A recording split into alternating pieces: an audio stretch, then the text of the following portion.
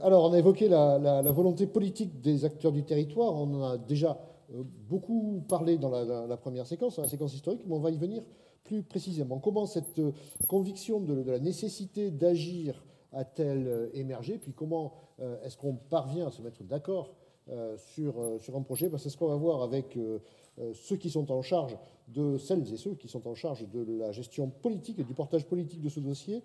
Alors, on a Olivier de Cognoux, si vous voulez bien revenir. Jean-François Bloch, Isabelle Poulain, Olivier Bureau. On les a déjà entendus, on les a déjà présentés, mais maintenant, on va aller plus précisément dans l'examen de... Oui, ici, venez plutôt ici, si vous voulez bien. Si on sera assis, on sera mieux.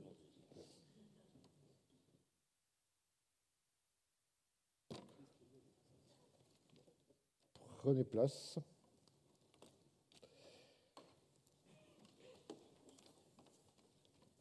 Alors, je ne crois pas trahir un secret en disant que la volonté politique initiale, Monsieur Bloch, elle a été de s'opposer à ce genre de bêtises.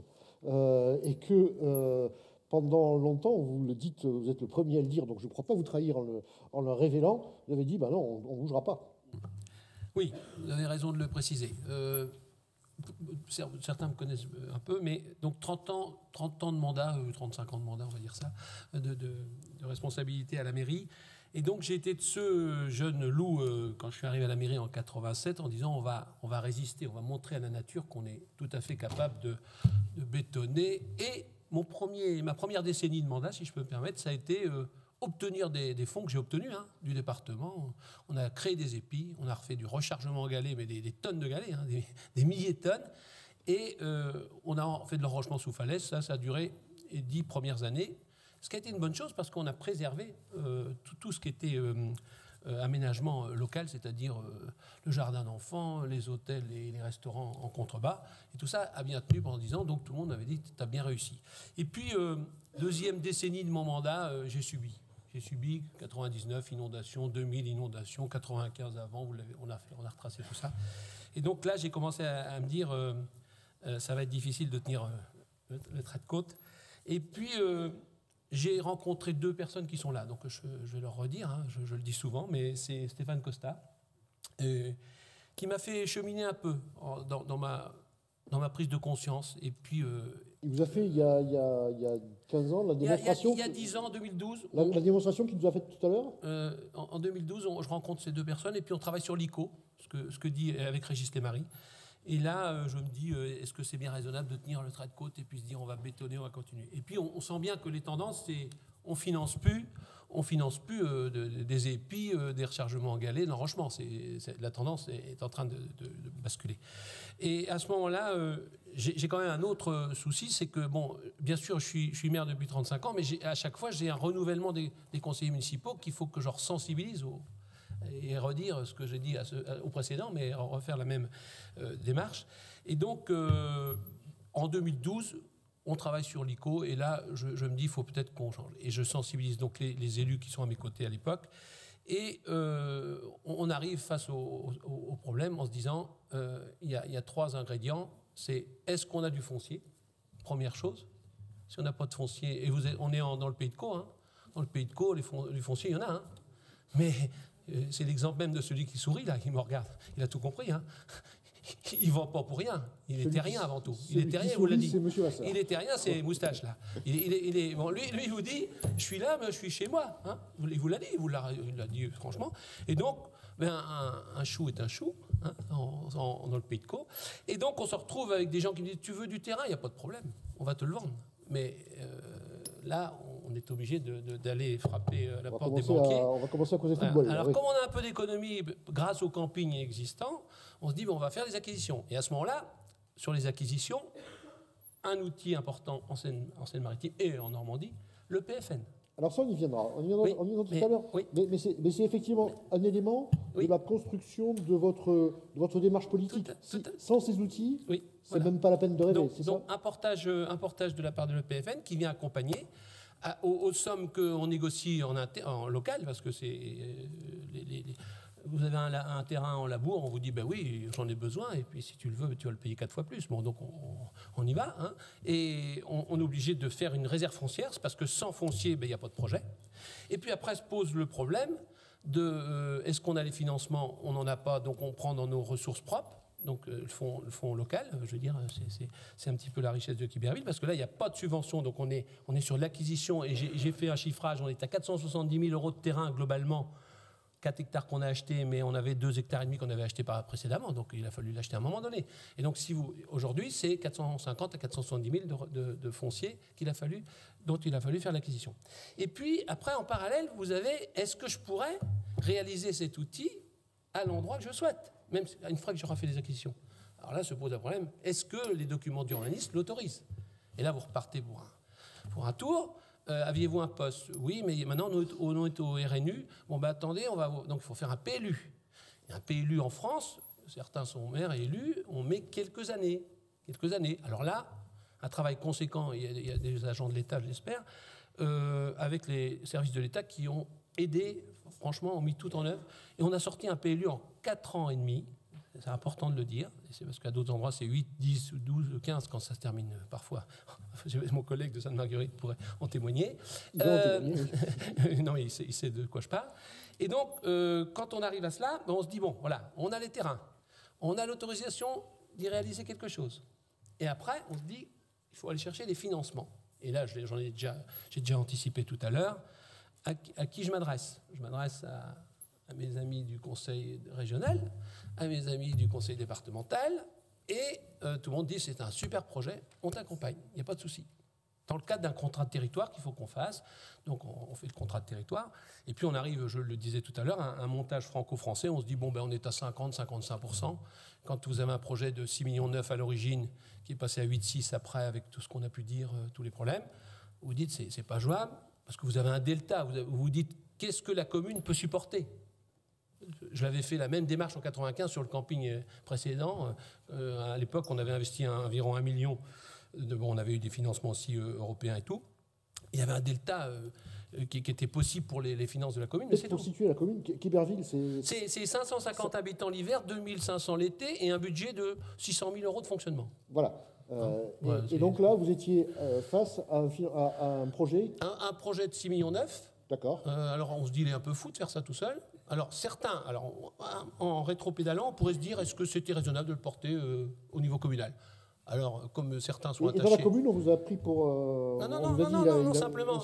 À chaque fois, je faisais le tour du conseil municipal, parce que certains ont dit, on décide avec 15, il y a 15, 11 et 15 conseillers qui sont autour de la table et qui vous disent oui ou non.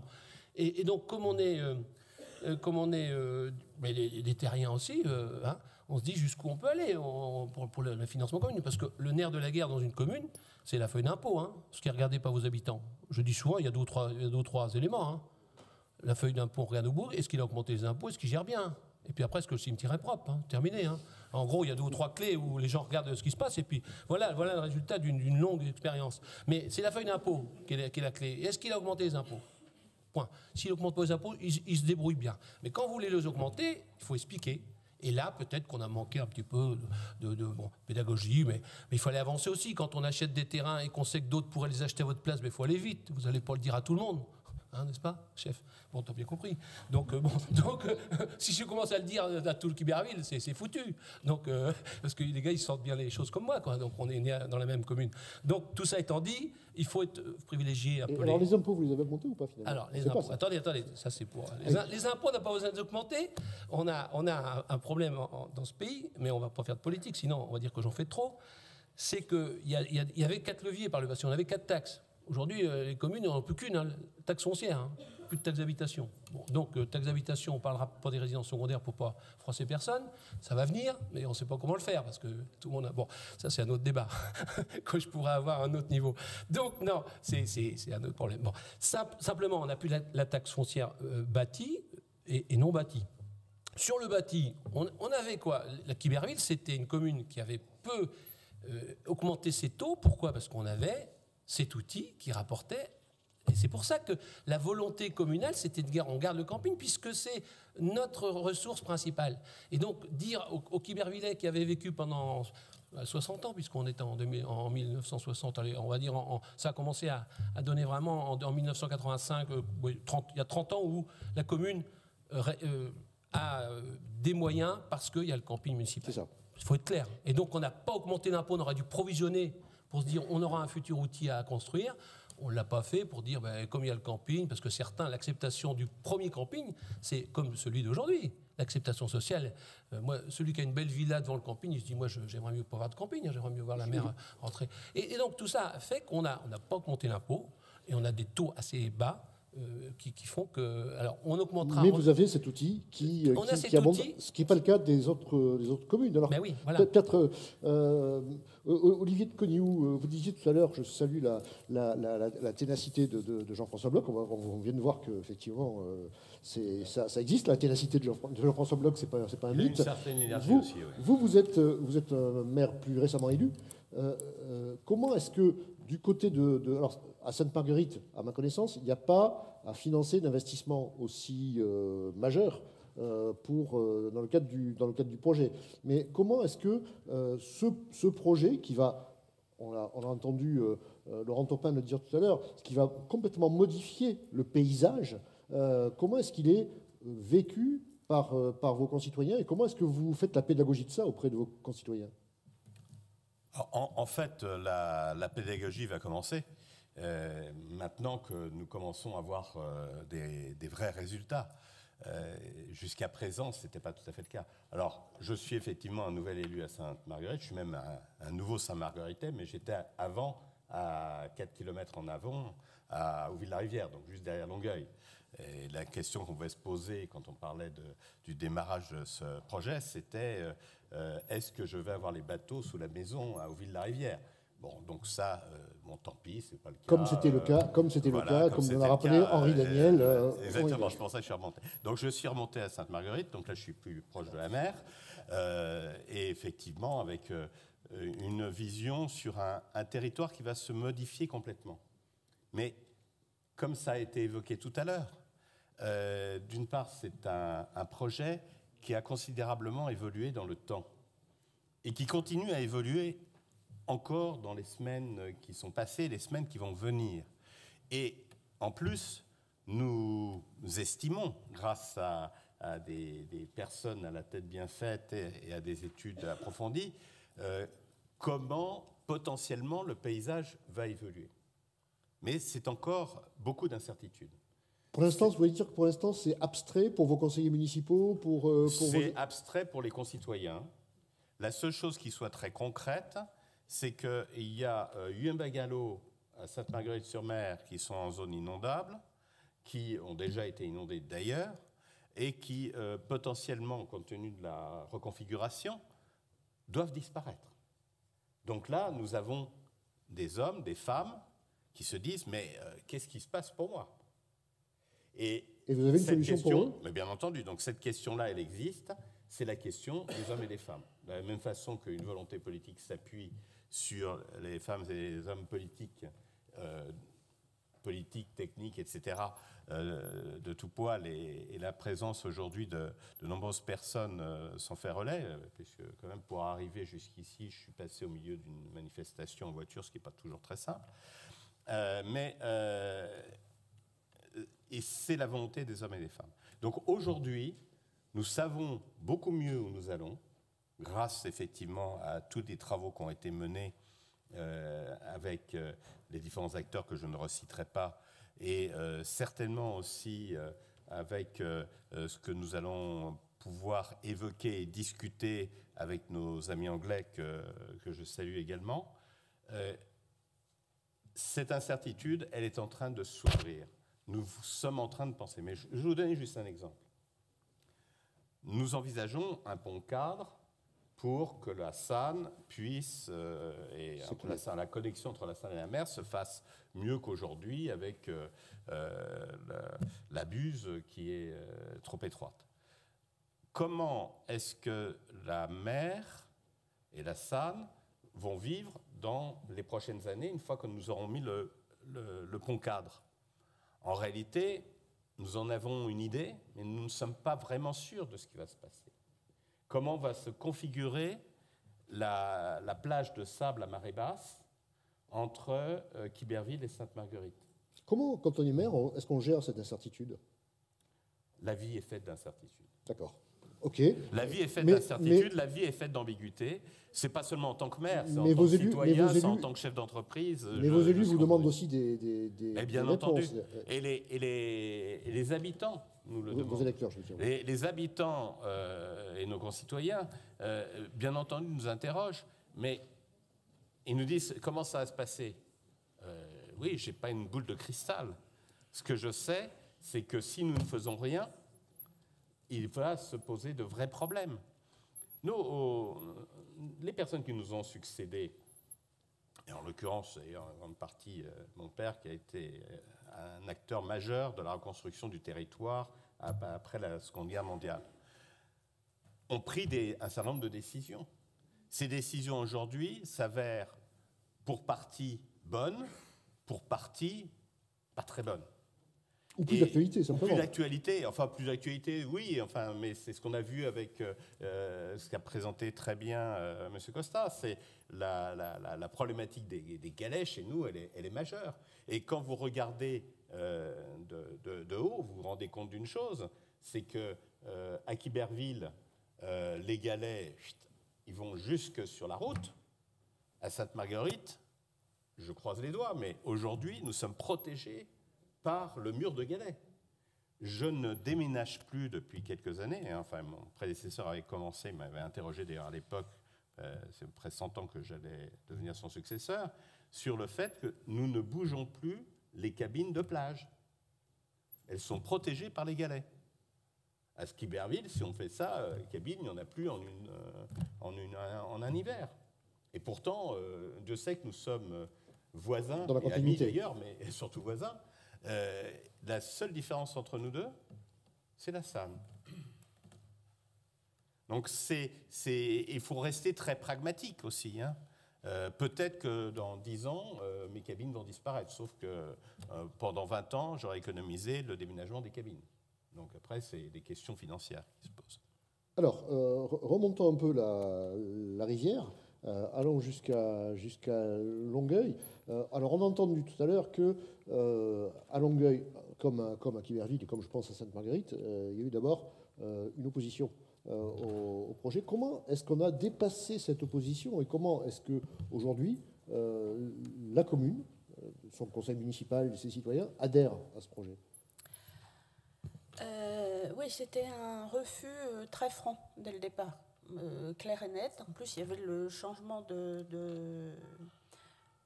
d'élus, parce qu'aucun des élus d'avant, sauf le maire actuel, n'était élu. C'est-à-dire qu'il était adjoint avant. On a renouvelé tout le conseil municipal. Et nous sommes tous des nouveaux, sauf lui.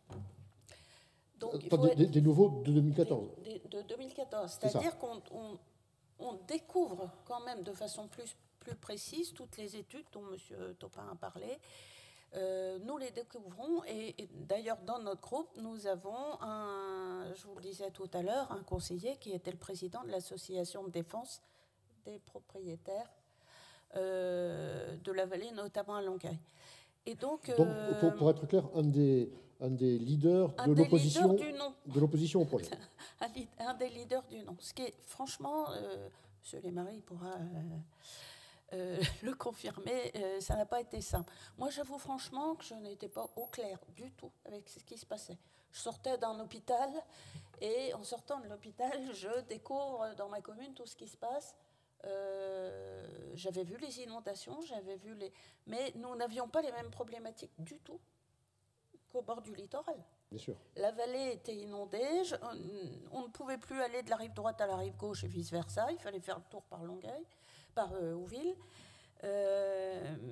Donc voilà, il a fallu travailler sur ce refus, apprendre à communiquer avec tous les acteurs, déjà. Justement, comment est-ce qu'on travaille sur le refus ? Voilà. Comment est-ce qu'on dépasse ce refus ? Mais il fallait que nous, déjà, on apprenne, en tant qu'élus. D'accord. Et comment vous y êtes pris ? Je vous dis, en communiquant, en rencontrant les différents acteurs, que ce soit les bassins versants, le conservatoire du littoral. Ce que je vous disais, la première étape a été de travailler sur le périmètre. Et ça a été, je pense, un facteur très positif. C'est-à-dire que dès qu'on a pu travailler et que nous nous sommes entendus, après, ça a été beaucoup plus simple et le message a été plus facile à faire passer aux habitants. Est-ce que je comprends bien si je dis que ce qui a débloqué les choses, c'est que vous avez dit au Conservatoire du littoral, votre périmètre d'intervention, ça va pas du tout, c'est pas du tout ça qu'on souhaite, et la réponse a été, ok, ben on va en reparler. Ok, on y travaille. C'est ça. Vous m'arrêtez, monsieur Limaris, si je me trompe, mais c'est voilà. Et là, ça a été clair et net. Ça a changé. Là, on a basculé, c'est ça? Complètement. Enfin, je crois que d'abord le conseil, petit à petit, notre communication vers nos habitants. À l'époque, on a fait notamment une réunion publique où un des sujets, c'était ça. Parce qu'effectivement, le mot réestuarisation faisait peur. Faisait très, très peur. L'eau va arriver à Longueuil, la mer, la mer va arriver, donc on va détruire notre flore qui ne supportera pas le sel. Donc voilà, il y avait tout ça derrière. Il y avait aussi le foncier qui faisait peur, c'est-à-dire les gens se disaient nous allons être expropriés. Ça, c'était le grand discours. Et du coup, il a fallu rassurer la population, mais nous ne l'avons rassuré qu'après avoir travaillé avec les différents acteurs pour bien connaître aussi la situation.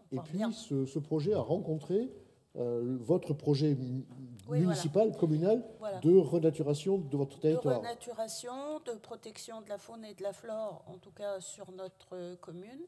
Et tout allait dans le même sens après. Camille aussi, je pense, vous en parlera cet après-midi. Camille Sigon, du Conservatoire du littoral. Oui. Et puis la communication a continué à avancer un petit peu. Elle vous en parlera aussi, notamment avec les panneaux qui sont mis dans la vallée sur les 3 communes. Nous avons encore des questions. Heureusement. Nous y voilà. Nous avons encore des questions des habitants qui... Quand vous dites nous avons des questions, vous posez des questions ou bien les habitants Dites Isabelle. Les gens, globalement, m'appellent souvent Isabelle plutôt que Madame Poulain, donc... parce que je suis une fille du village aussi. Et c'est... on en est où de l'estuaire, là? C'est quand? C'est pour quand? C'est pour demain ou c'est pour dans 10 ans? Parce que la problématique pour eux, c'est que ça a duré des années. C'était l'Arlésienne, quoi. C'est-à-dire, il y a des personnes qui n'y croient pas encore, qui commencent à y croire parce qu'ils ont vu la station d'épuration, parce qu'ils ont vu le camping changer de place. Donc ça y est, parce qu'ils ont vu l'ex-Peupleray, qu'on n'appellera plus Peupleray, effectivement. Donc ils voient quand même que ça bouge. Alors il faut dire un mot de cette Peupleray quand même, parce que c'est un élément du projet, du projet Basse-Seine 2050. Oui. C'est aussi un sujet avec le Conservatoire du littoral. Oui, voilà. Racontez-nous un peu cette Peupleray. Alors, je crois que c'est... Vous allez en parler, je crois que... Allez-y. La Peupleray fait partie du périmètre du Conservatoire. Du nouveau périmètre. Et n'en faisait pas partie avant. Et donc nos habitants pensent que ça appartient toujours que c'est la commune qui l'a racheté aux propriétaires.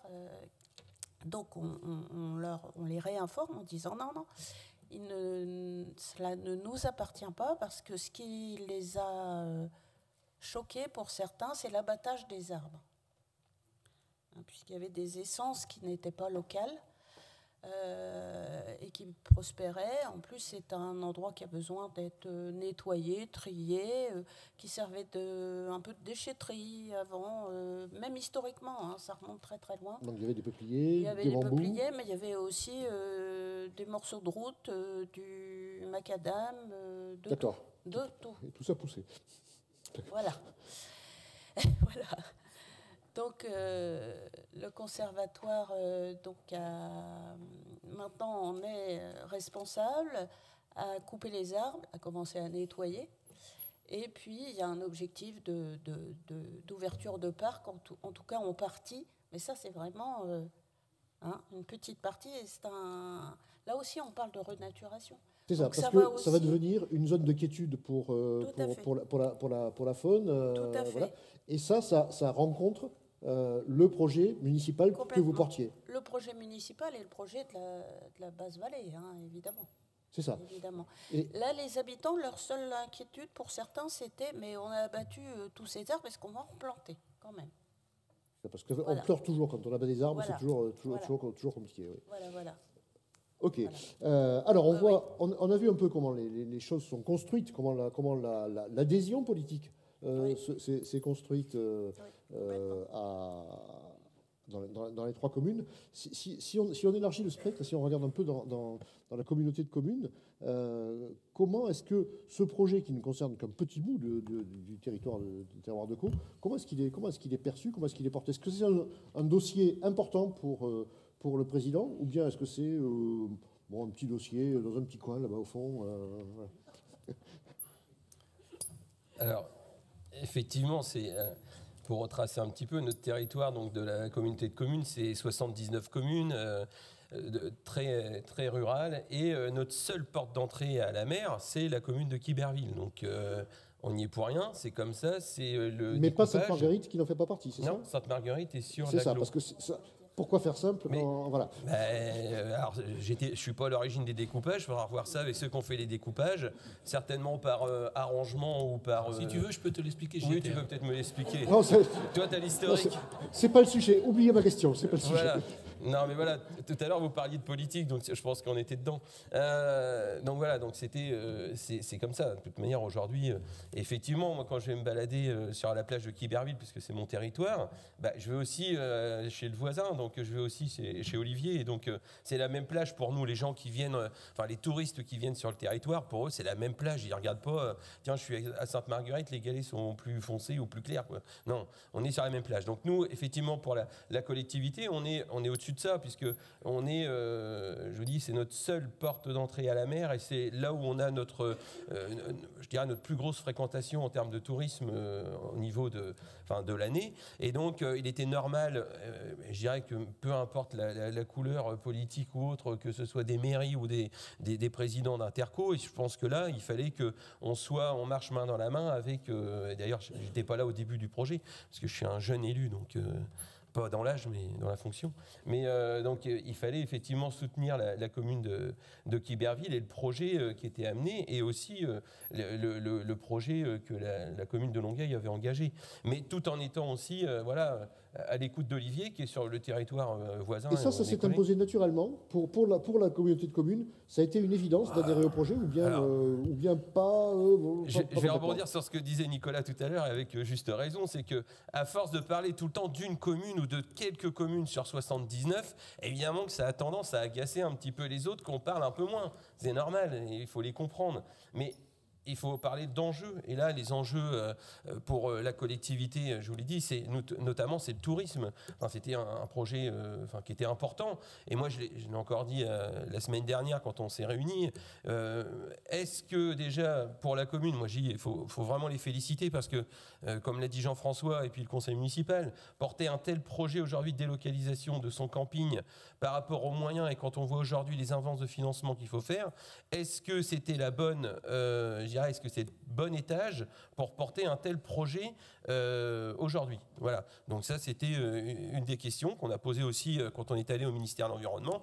Aujourd'hui, il faut, sur les prochains, je dirais, les futurs projets d'une telle ampleur, est-ce qu'il ne faudra pas pour autant regarder, est-ce qu'on n'est pas obligé de changer la strate du porteur de projet, ou de déléguer cette compétence soit à l'interco, soit au-dessus, j'en sais rien, mais voilà, il faudra revoir tout ça, parce qu'aujourd'hui, financièrement, alors tout le monde, c'est le nerf de la guerre, les finances, mais aujourd'hui, financièrement, on impacte une commune de 500 habitants avec un budget moindre, et qui aujourd'hui, ça met tout le monde dans la difficulté.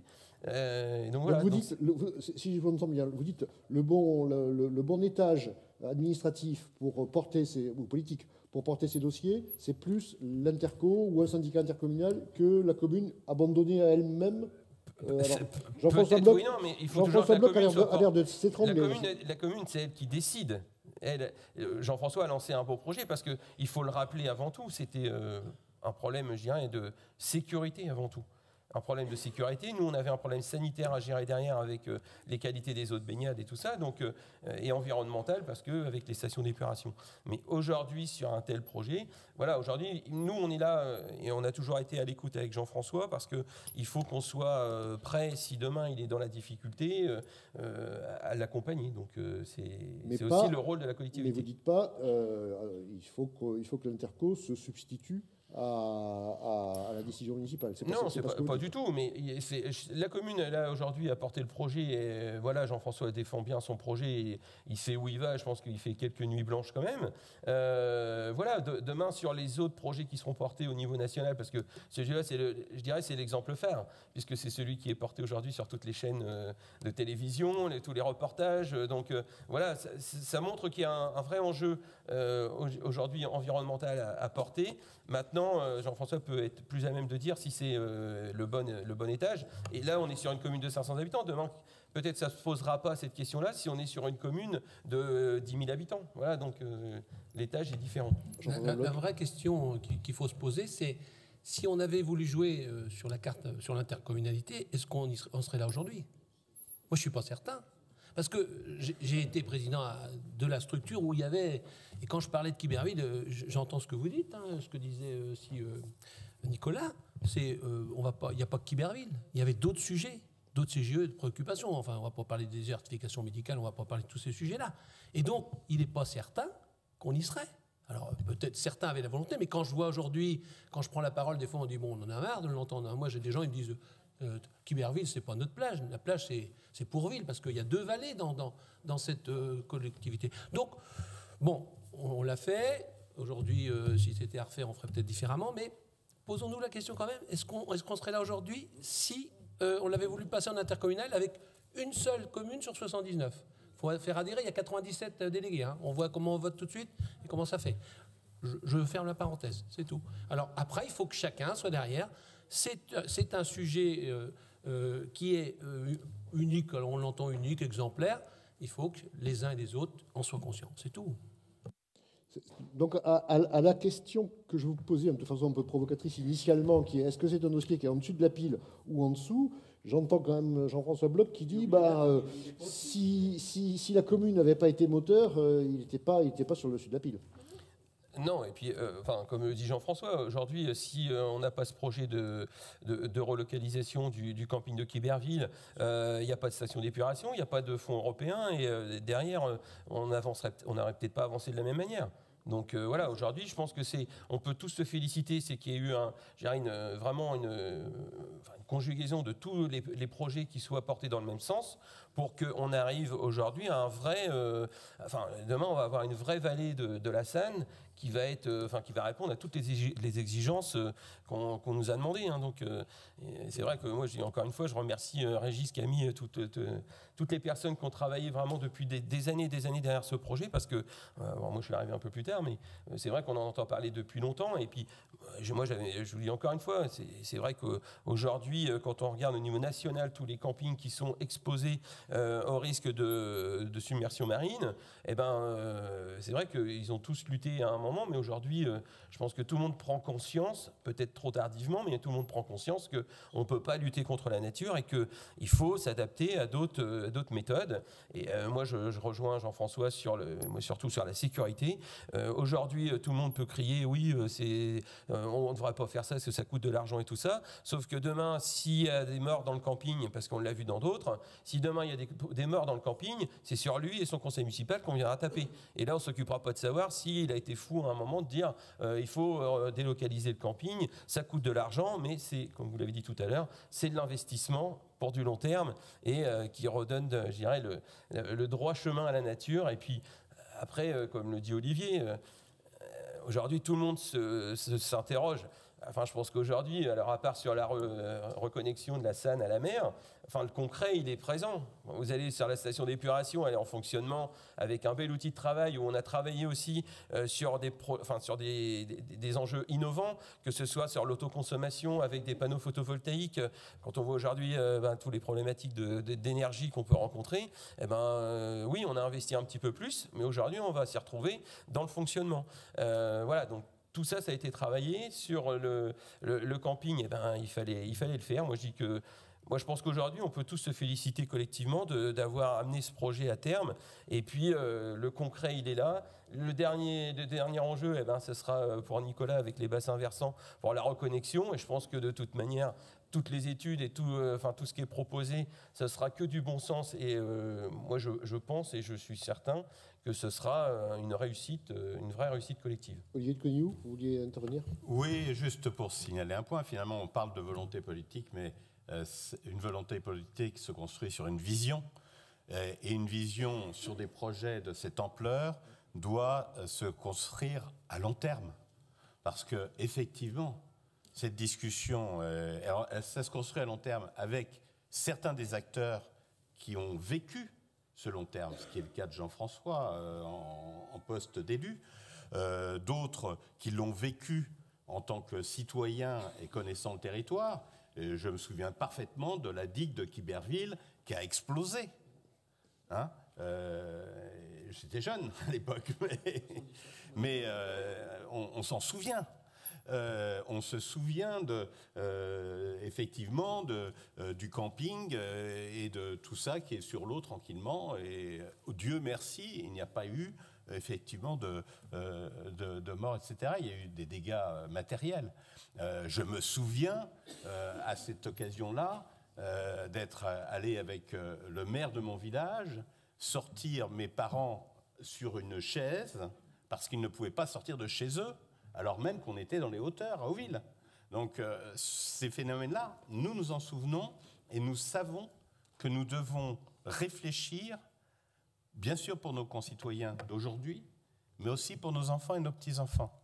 Et il est évident que, et M. Costa l'a rappelé, tous ces mouvements de la nature existent et nous ne savons pas très bien, et c'est là où je dis qu'il faut vivre avec cette ambiguïté, nous ne savons pas très bien ce qui va se passer, ne serait-ce que dans 10 ans, alors encore moins dans 30 ans ou dans 100 ans. Et pour autant, nous sommes, Quiberville comme Sainte-Marguerite, village côtier, identifié comme soumis au recul du trait de côte. Donc nous devons travailler avec cet environnement-là, et encore une fois, ce sont les hommes et les femmes qui vont permettre de porter la volonté politique, de permettre de porter les projets sur le long terme, et heureusement avec certains qui étaient là du début à la fin. Et qui les portent vigoureusement. Merci, madame et messieurs. On a bien compris que la volonté politique, elle est extrêmement présente.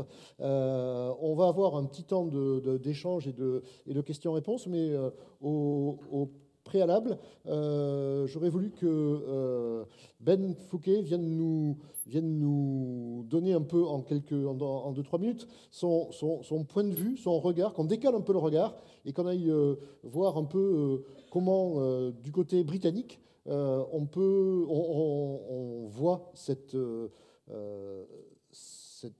projet, cette évolution. Un petit point d'étape à ce stade de nos échanges. Je vais essayer d'aller assez rapidement. Donc, dans la vallée de l'Auteur, on est sur des thématiques qui sont assez similaires, sur un projet similaire. Donc, pour remettre dans le contexte, on est en train d'essayer de reconnecter la plaine inondable à sa rivière, mais aussi à la mer. Et donc, encore une fois, on est sur des contextes similaires, vraiment des travaux qui y ressemblent. Pour revenir au thème qu'on a abordé ce matin, en termes de politique, alors on est sur quelque chose d'un petit peu différent. Les pouvoirs sont un petit peu plus décentralisés, donc c'est plus le comté qui va prendre en compte tous ces projets. Il ne faut pas oublier les mairies, car forcément, elles vont donner leur avis, mais le comté, à la fin, c'est ceux qui vont prendre la décision sur l'aménagement du territoire. Là encore, il faut éduquer et essayer d'impliquer ces personnes très tôt dans les projets, parce qu'on ne peut pas juste sortir un projet et leur dire voilà, est-ce qu'on peut avoir le permis d'aménagement. Donc pour ce faire, sur la vallée de l'Auteur, il y a eu des discussions qui ont été commencées très très tôt, ce qui a permis d'obtenir le permis d'aménagement assez rapidement. Là encore, les projets d'adaptation au changement climatique, comme disait M. Bloch, ce sont des projets qui sont à risque politiquement.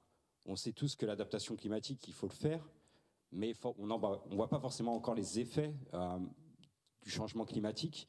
Et donc les gens sont plus dans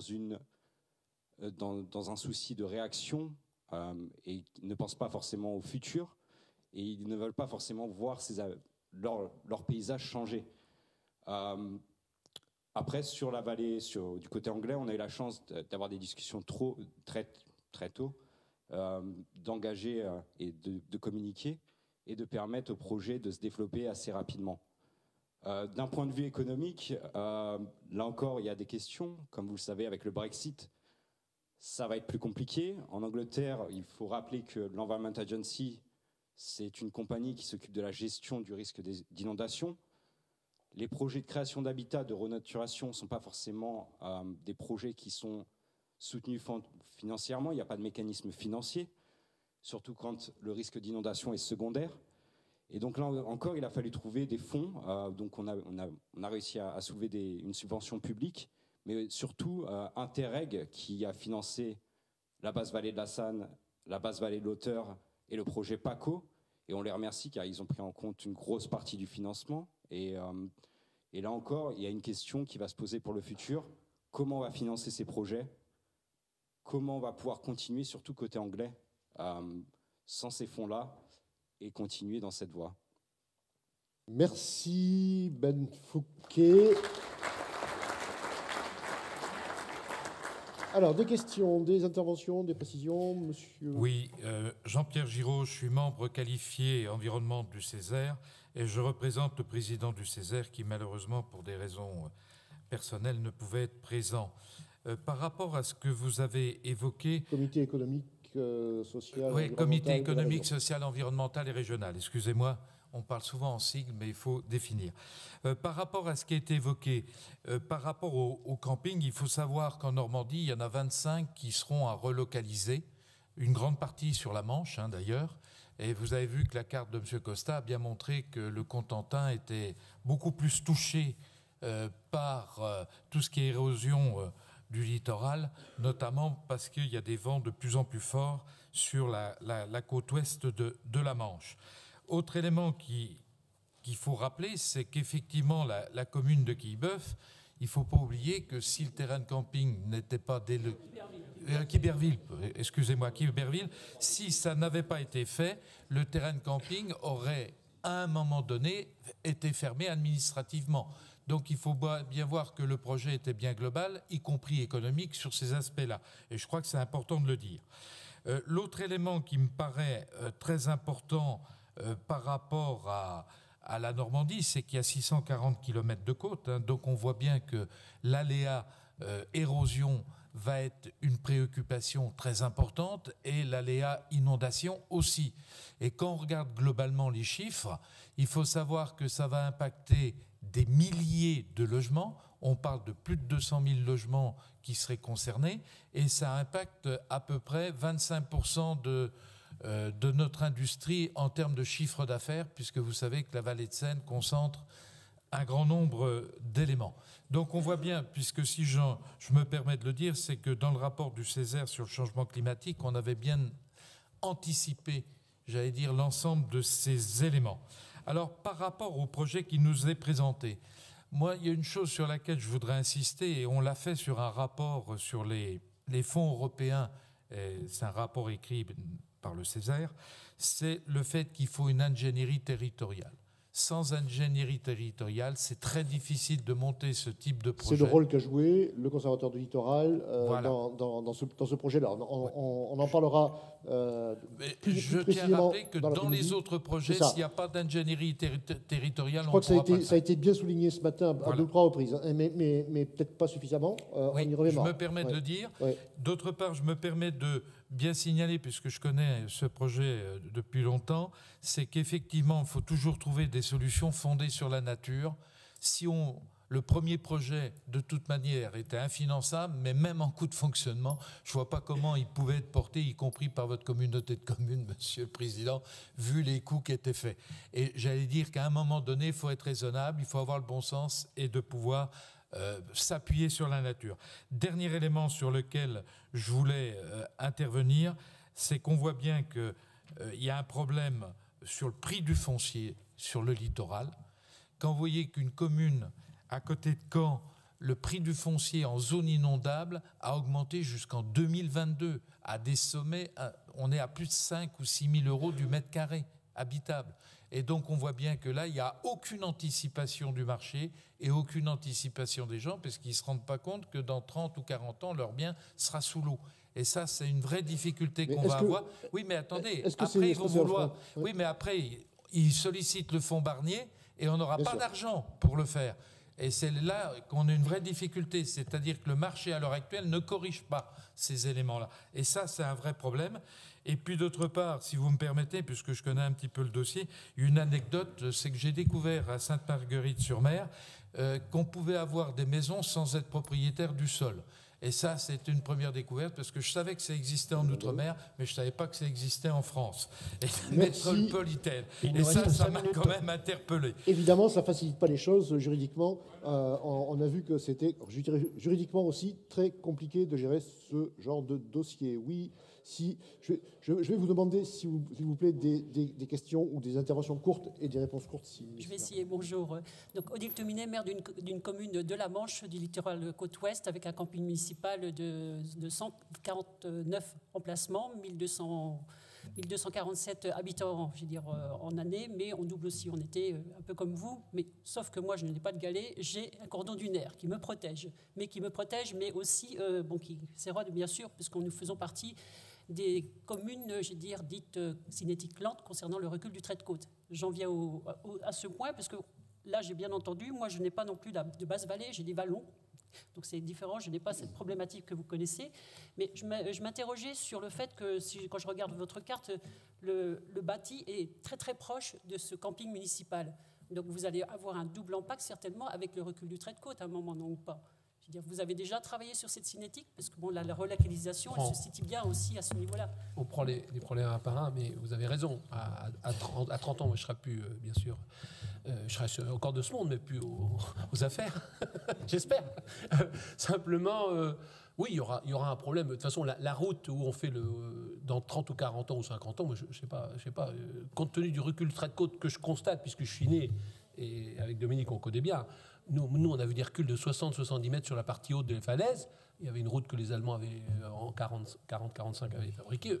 Il y avait 60 mètres entre la route au ciment et la falaise. Aujourd'hui, elle est dans l'eau. Hein. Donc, ça veut bien dire que le recul du trait de côte... Alors, et mes parents et grands-parents qui habitaient cette commune ont vu des villas tomber. Donc, moi, j'ai pris 3 arrêtés de péril. Et donc, on aura un problème. Mais je pense qu'on... Compte tenu de ce qu'on a réalisé en termes d'épis, de rechargement galé, ce que disait Olivier, pendant 30 ans, on devrait tenir, mais sauf s'il y a vraiment les élévations qui m'effraient un peu de ce que dit Stéphane. Maintenant, il faut qu'on prenne chaque problème. Si on est à 1,80 m, ça va être déjà plus compliqué. Oui, enfin, 1,80 m, attendez, il faut déjà... parce que là, on nous parlait de 60, on passe à 1,80 m, on va couper la paille. En deux, on va dire 70, 80. Il faut arrêter d'écouter Stéphane Costa. Non, mais Stéphane, chaque fois, c'est pire. Il était avec moi l'autre jour au Crédit Agricole, à l'Assemblée Générale du Crédit Agricole local. Les gars, ils sont repartis. Il les a tous... Ah oui. Globalement, quand on écoute les scientifiques, ceux du GIEC ou du GIEC normand, s'il y a une petite baisse de morale, il vaut mieux pas les écouter. Non, les gars, ils n'ont même pas pris à compte. Stéphane Costa. Non, mais les chiffres sont implacables. On me disait la même chose il y a 10 ans quand on évoquait 1 mètre. Hein. Donc je suis navré, ce sont les chiffres. Merci. Alors oui, vous avez évoqué donc cette image, ça me donne l'occasion de vous signaler que dans le dossier, dans le kit qui vous a été remis, vous avez ce document qui synthétise un peu le projet, son histoire, et qui notamment reprend aussi l'historique de la vallée établi par Henri Daniel, comme on l'a vu tout à l'heure. Oui, vous vouliez intervenir brièvement, si possible. Oui, bonjour. Oui, alors vous avez évoqué par exemple un cheminement dans la prise de conscience et une gestion adaptative. Et également un bailleur qui disait si l'ouvrage n'est pas construit à telle date, il faut rembourser. Donc je me demandais à quel point le bailleur est aussi en position d'accompagnement et quel type de dialogue vous avez pu avoir avec eux. Le bailleur, vous voulez de la financeur, c'est-à-dire l'Union européenne. L'Union européenne. Oui. Quand vous expliquez qu'il fallait de la gestion adaptative et d'un autre côté, on vous dit oui, mais si l'ouvrage n'est pas fait à telle date, il faut rembourser. Donc c'est un peu... Alors, les mécanismes de fonds européens. Alors, je propose qu'on garde cette question pour tout à l'heure, cet après-midi, quand on parlera de financement. Mais si d'aventure il m'arrivait d'oublier, signalez-vous, s'il vous plaît. Ce sera peut-être la dernière... Non, alors, une dernière question, si vous voulez bien. Oui, alors... Ou intervention, enfin. Plus une petite remarque. Oui. Moi, je suis Sébastien Levasseur, je suis vice-président de la Chambre d'agriculture. Et puis, donc, je voudrais commencer par vous remercier pour l'organisation de cette journée. C'est quand même intéressant. J'ai la chance de connaître un peu le territoire et connaître un petit peu le projet. Donc aujourd'hui, ça a été dit, mais l'origine du projet, c'était quand même d'abord de la protection des personnes et des biens de par le camping. Ça a été dit par mon voisin, mais c'est vrai qu'on sait qu'à terme, le camping, il n'aurait pas pu rester là si on n'adaptait pas un peu, si on ne le délocalisait pas. Mais ce projet, ce qui est intéressant, c'est qu'il est devenu un projet de territoire. Et c'est là que c'est vraiment intéressant, et territoire qui va pouvoir bénéficier à tout le monde. Et ce projet de territoire, aujourd'hui, il allie la protection de l'environnement, mais pas que, parce que sans économie, on sait qu'on a du mal à faire quand même les choses. Et donc, c'est devenu un projet économique avec le projet touristique, mais aussi avec l'agriculture dont on fait partie. Et ce qui est important, c'est qu'on puisse conserver une agriculture, bien évidemment une agriculture adaptée aux enjeux environnementaux et aux enjeux du territoire, dans l'ensemble de la vallée de la Sanne, mais aussi d'une manière générale dans l'ensemble des propriétés du conservatoire. Alors on a un travail habituel depuis un certain nombre d'années avec le conservatoire du littoral que je peux saluer, et j'espère que ça pourra perdurer, et y compris sur ce territoire, parce que c'est vrai que ces projets-là, ça a été dit beaucoup, je pense qu'on va l'aborder encore plus cet après-midi, sans foncier, ils sont compliqués, et Jean-François l'a dit, mais c'est vrai que sur le foncier, on est quand même attaché à notre foncier, c'est un peu dans les tripes, mais on est attaché à notre foncier, mais aussi parce qu'on en vit, on a une activité, on produit, on a besoin de produire. Et ça, c'est important. Et je voudrais reprendre, j'ai vu dans une lettre, c'est les propos de Jean de la Bâtie qui disait, et qui nous conviennent vraiment bien, adapter, c'est pas mettre sous cloche. Et aujourd'hui, on doit pouvoir protéger nos territoires, mais continuer à les faire vivre et les faire évoluer. Et ça, je pense que c'est vraiment un thème très important. Merci. Alors, oui. un mot, s'il vous plaît. Non, mais c'est juste pour signaler un point, c'est que ce que vous mettez en évidence, c'est que le travail sur des points comme celui-ci doit se faire avec une approche locale. Je dirais la vision nationale, loi Élan, loi du littoral, loi sur le recul de trait de côte, etc., c'est absolument pas adapté à ce problème-là, et Dieu merci, je crois qu'il y a une prise de conscience qui se fait. Je pense que ce n'est pas Jean-François Bloch qui va vous démentir. Non, Jean-François Bloch, il veut simplement dire à notre ami Sébastien qu'il a un challenge, on peut relever un challenge avec le monde agricole. Je suis fils de boucher, mon rêve c'est de manger du présalé de la Basse-Sanne. Voilà. Merci, donc on va conclure. On a bien compris que la clé de la construction de la volonté politique, c'est le présalé de Basse-Sanne. Donc voilà, tout ça pour en arriver là.